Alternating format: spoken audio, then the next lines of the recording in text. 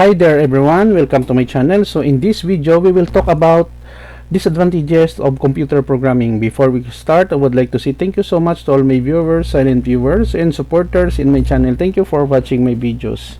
If you are new with my channel and then you like this video, please hit the like button. Don't forget to share and please support my channel guys by clicking the subscribe button. So let's begin.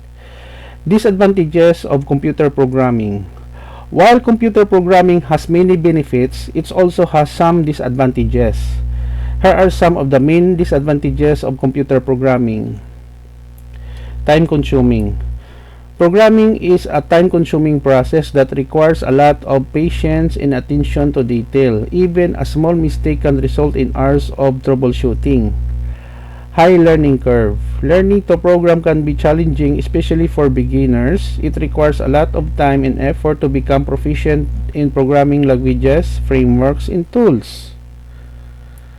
Tedious and repetitive tasks.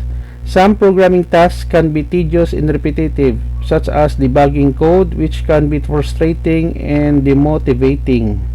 High stress levels. Programming can be stressful, especially when working on large projects with tight deadlines. This stress can lead to burnout, fatigue, and other health issues. Limited social interaction.